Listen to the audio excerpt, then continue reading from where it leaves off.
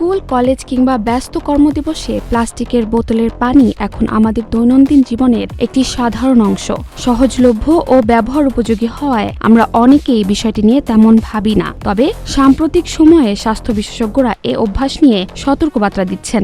Perfect ব্লেন্ডের fresh মশলা, ভালোবাসার স্বাদ অটুট থাক।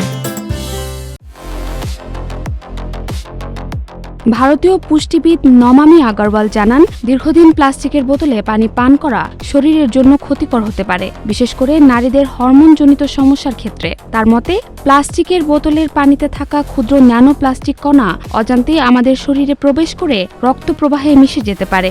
গবেষণায় দেখা গেছে, 1 লিটার প্লাস্টিকের বোতলে প্রায় 2,40,000 ন্যানো প্লাস্টিক কণা থাকতে পারে।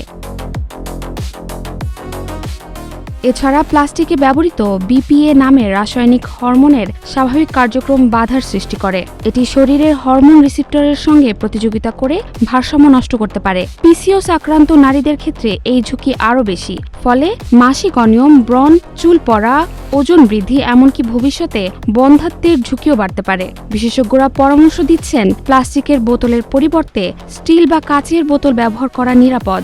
সচেতন সিদ্ধান্তই হতে পারে সুস্থ জীবনের প্রথম ধাপ, বিশেষ করে পিসিওএস আক্রান্ত নারীদের জন্য।